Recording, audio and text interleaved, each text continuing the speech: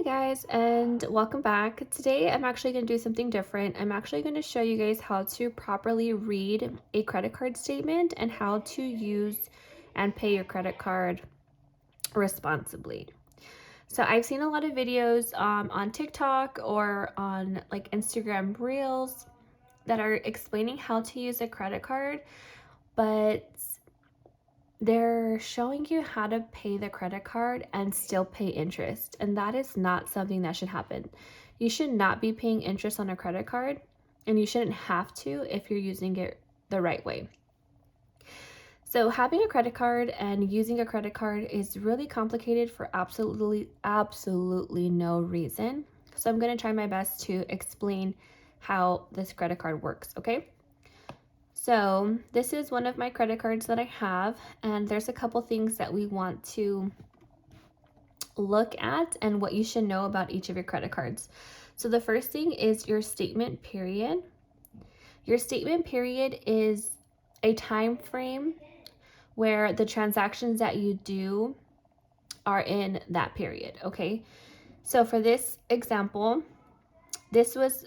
these are all of my purchases between October 30th and November 28th. That was the statement period, okay? Next, you want to look at your payment due date. When is this payment due? So this payment is due on, or it was due on December 23rd, 2023. What this means is on December 23rd, I am paying off transactions that I did in October. Sounds crazy, but almost 2 months later, I'm paying for purchases that I did in October. Okay. Next, we want to look at your minimum payment. A minimum payment is a joke. Do not ever just pay the minimum payment on a credit card.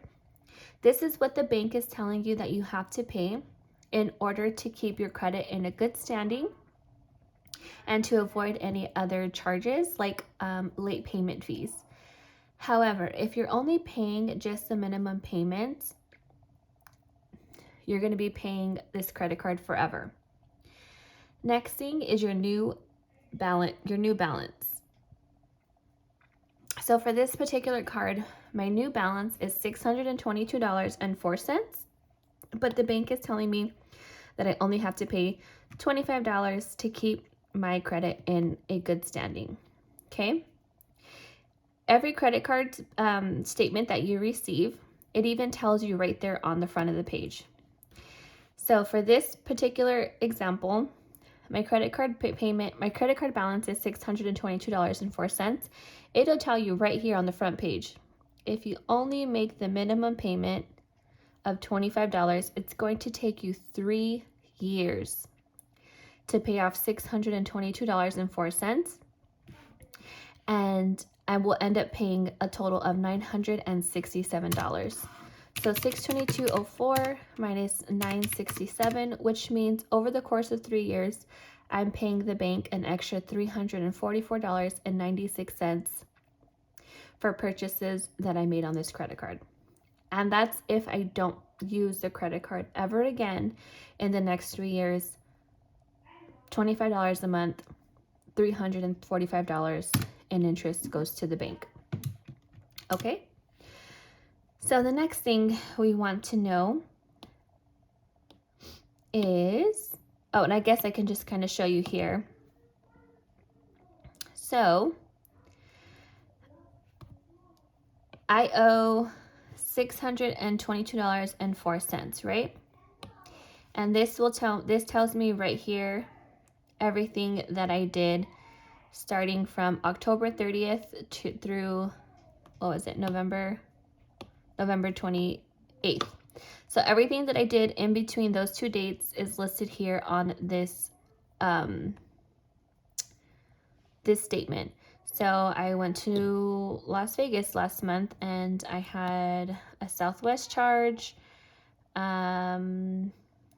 I had, what is that? It's my security, the hotel, gas. This card I mainly use for gas. I don't know why I put that charge on there. But anyway,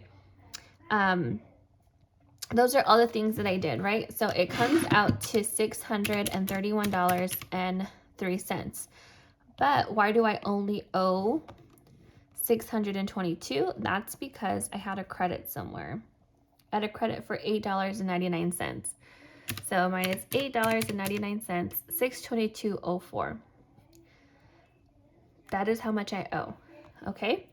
So since this date, which was December, no, just kidding. Let's go to the next page. Okay, so since my statement came out, since November 28th, I had a balance of $622.04. My current balance as of this date, it went up from $622 to $1010.50. So $622.04 minus $1010.50. My credit card balance has gone up by $388.46. And that is because I did these additional purchases since that closing statement of November 28th. So on the 1st, I had my alarm payment went through. I went to have drinks with coworkers. That was our Christmas expenses. I put gas. So I filled up my car a couple times, and then I had 2 extra charges and then a bill. So since the 28th, my bill has gone up to $388.46. So I technically owe $1,010.50. This is where things kind of get a little tricky, okay? So if we look at my credit card information here, it says, like I did in my statement, my credit card minimum payment is $22. My last statement balance was $622.04. And my next statement date is December 29th. That on December 29th, whatever I owe on this credit card, that is how much this bank is going to report to my credit bureau. Okay? However, I have to make sure I make a payment by the 23rd. So when you go to make your credit card payments, they're going to give you options. It's going to ask you, do you want to make the minimum payment? Do you want to make the payment for the last statement? Or do you want to pay everything that's due right now? To avoid interest and maximize your credit card, you technically only have to pay $622.04. Okay, I know you have a balance right now of $1,010.50, but all of this isn't due. Only this amount is due. So we're going to select always to pay the last statement balance of $622.04. Okay. So we're going to make that payment. And now our balance drops to $388.46. Okay. So what that math looks like is, when this statement period ended on November 28th, you owed $622.04. Since that statement period, you had a bill come through, you went to have drinks, you bought some food, you put some gas again, and put some gas again. Your balance went up. Oh, why am I missing some money? Hold on. My math isn't mathing. Give me 1 second. $622.04 plus $59.99 plus $72.24 plus 100 plus 80.46 plus 10.01 plus 65.76. Okay. So since that day, you did all these charges, and now you owe us $1,010. Now it's time to pay my credit card, but I'm only going to pay $622.04 because that is all that I owe you at this particular moment. I pay $622.04. My balance goes down to $388.46. that is now what I owe, but this isn't due until the next statement date ends, and this will be due on January 23rd. Okay. Now, if I don't do any more spending on this credit card and I leave it at $388.46, on January 29th, this bank is going to take that number and say, okay, credit bureau, she used $388.46 of her credit limit for this month. They had no idea that my balance was up to $1,010, because whatever happens in between the statement cycle, the credit bureaus do not know anything about it unless you have this number by this date. Okay, this number could be, my credit limit is $16,500. I could spend $16,500 right now on this credit card and pay it off tomorrow, and the credit bureau will never know that I spent that much money on this card, because by this date, by the next statement date, which is the 29th, I'm going to pay it off and only tell the credit bureau that I spent $388.46. So this particular bank gives you your credit usage at a percentage.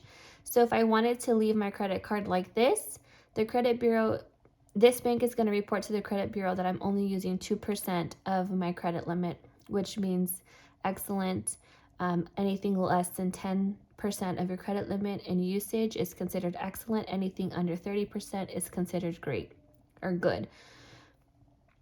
So that is how a credit card works. And I know it's kind of funky and it can be a little weird, but once you understand how a credit card works and you start using a credit card for only expenses that you can afford to pay off every single month, that is when credit becomes a tool and not a card for survival. Okay. So let's look at an if situation. If I decided not to pay the $622.04 and only pay the minimum balance, this $622 that I owe is now subject to interest, and I'm paying an annual percentage rate of 29.24%, which explains why it'll take me 3 years to pay off $622. If you do not pay the full balance every single month, that is considered carrying a balance. And when you carry a balance on your credit card, that means you are paying interest to the bank to pay for charges that you made. So imagine if you put gas in your car, or you went out to have some drinks and you couldn't pay it back. Essentially what you're doing is you're taking out a loan to go do those things. And that shouldn't be the case. If you have a healthy budget and you budget for these particular items, you will be able to pay them off in full every single month. So I hope this explains how a credit card works. And if you do have questions further, please let me know. I will be more than happy to try and better explain it to you. But yeah, this is how a credit card works and how to avoid paying interest by using the credit card correctly and being rewarded for the purchase that you're already anticipating to make. So yeah, that's all I have for today. Hope you guys have a great day. Okay, bye.